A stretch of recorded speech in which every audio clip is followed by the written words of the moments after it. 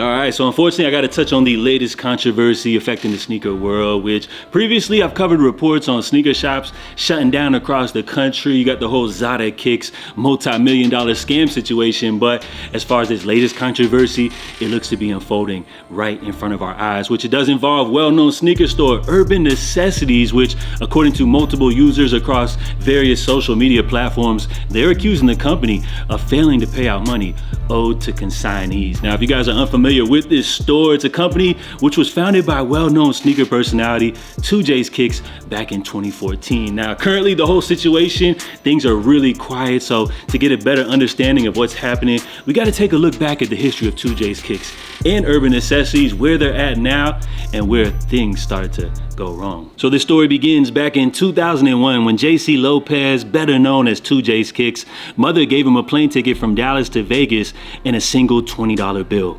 Figure it out, Lopez remembers his mother saying, while encouraging him to get his life together by moving closer to his daughter.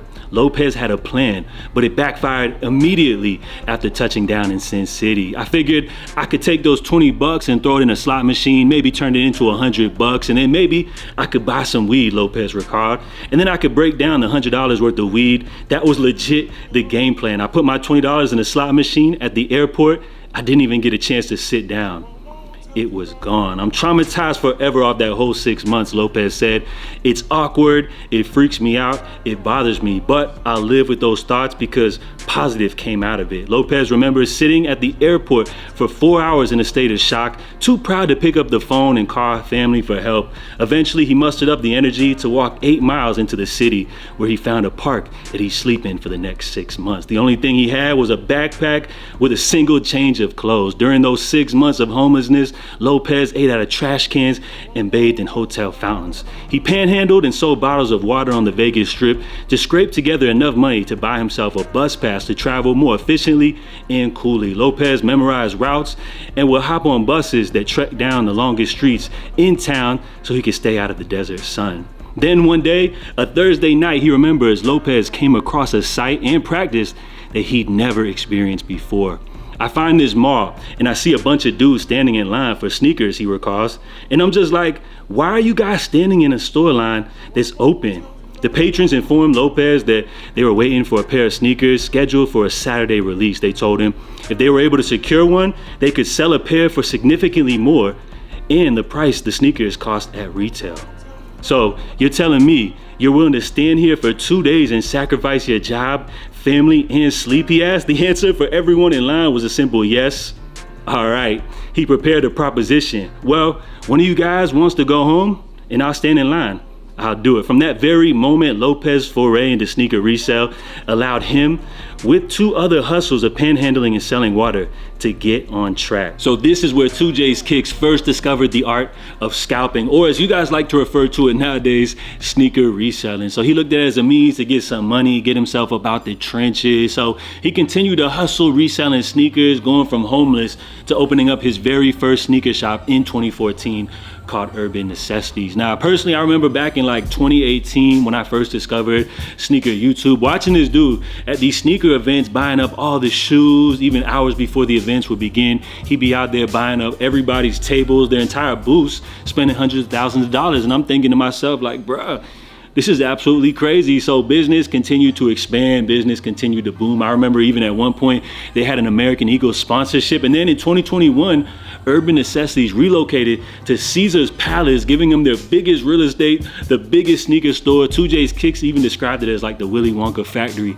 of sneakers. But then sometime last year, we started to notice that 2J's was no longer visibly present with the Urban Necessities brand, leading many people to speculate that maybe he got kicked out or Urban Necessities could potentially be closing. So according to SockJig, a very reputable insider here in the sneaker space, he runs his own sneaker podcast and seems to give us some good insight behind the scenes. He says 2J's Kicks hasn't been involved with Urban Necessities in a while. He essentially sold his shares and was pushed out. So that's real interesting, right? 2J's Kicks no longer involved, which would make perfect sense due to the fact that we no longer see him visibly present with the whole Urban Necessities brand. Now, if you head over to 2J's Kicks Instagram account, which he has over 400,000 followers, from the looks of things, it appears that he's still into the whole sneaker reselling business, but rather than being attached to the Urban Necessities brand, He seems to be on kind of like this little sneaker tour, hitting up various shops, different sneaker events and everything like that. He seems to be more kind of going like the influencer route, you know, with the whole social media thing and everything like that. So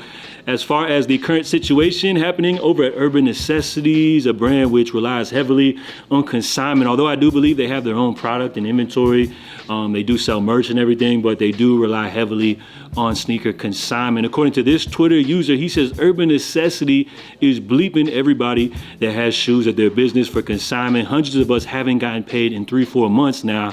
No calls, no emails, no overall answers to the holdup. This will be another Zade kick situation. So as far as sneaker consignment with Urban Necessities, you would pretty much bring in your product to the store. It would sit on their shelves.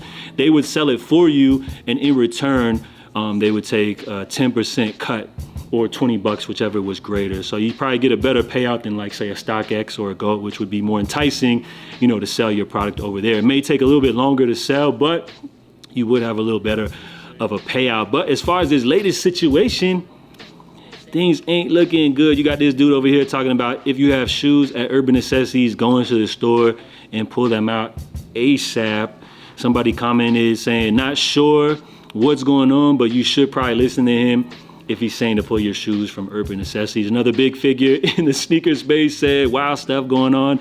But if you have anyone has anything at Urban Necessities, I suggest you press them hard and fast to get your stuff. It's about to get really dicey, but this is a damage control post. Okay, so things are definitely looking suspect. You even had Soul Retrievers saying a growing number of individuals across social media have accused the company of failing to pay out money owed to consignees. So as far as Urban Necessities, it seems like the whole big sneaker reselling, you know, boom and fall is affecting them. I've reported on a whole bunch of sneaker resale shops across the country shutting down. We mentioned the whole Zada Kicks multi-million-dollar sneaker scam. And as far as this whole sneaker resale game, it just doesn't seem to be sustainable here in 2025. 10 years plus ago, sneakers were reselling sometimes for hundreds, double the price. We then had the big COVID boom, but it seems like that whole bubble has bursted right now. People are hurting out here. They're not willing to dish out money, buying up all these sneakers, knowing they're gonna restock. You know, there's a new sneaker drop happening every few days or so. So people ain't looking to pay them crazy resale tickets like they used to be. And as far as the whole sneaker reselling business, it seems like that was not sustainable. And it looks like it's now allegedly hitting Urban Necessities. So of course, with this whole situation, I will continue to keep you guys updated. As far as 2J's Kicks, it looks like he got out of the business at the very right time. Maybe he saw things crumbling from beneath and chose to kind of exit, you know, quietly. Of course, he hasn't made an official statement. Everything's real quiet on his end, but as far as 2J's Kicks, I'm still gonna salute him as a legend here in the sneaker YouTube game. I think one of the reasons that he was so successful was that he was real transparent, giving us like the raw footage, documenting the whole process on YouTube, which is why I believe, you know, he gained such a big following and contributed to the success of his brand like Urban Necessities. So as far as him, I wish him nothing but the best of luck. And as far as this whole Urban Necessities situation, I'm hoping that this is all just cap and maybe something that doesn't blow up into something bigger. But currently, the way things are looking, it looks like we have the next big sneaker scandal unfolding right in front of our eyes. So let me know what y'all think about the entire situation. Have you ever consigned any of your products over at Urban Necessities? You may want to look into that. And as far as 2J's Kicks, a legend here in the sneaker YouTube space, let me know if you guys watched his journey and rise throughout the year. So salute, guys. Appreciate everybody for checking in. Of course, I will continue to keep you guys updated on this entire situation. I hope things turn around and hopefully these reports are not true. So in the meantime, stay safe, stay blessed, guys. JA, I will catch you guys next time. Drop a like if you made it through the end. Let me know about dropping a salute. I'll catch y'all next time. I'm out. Love.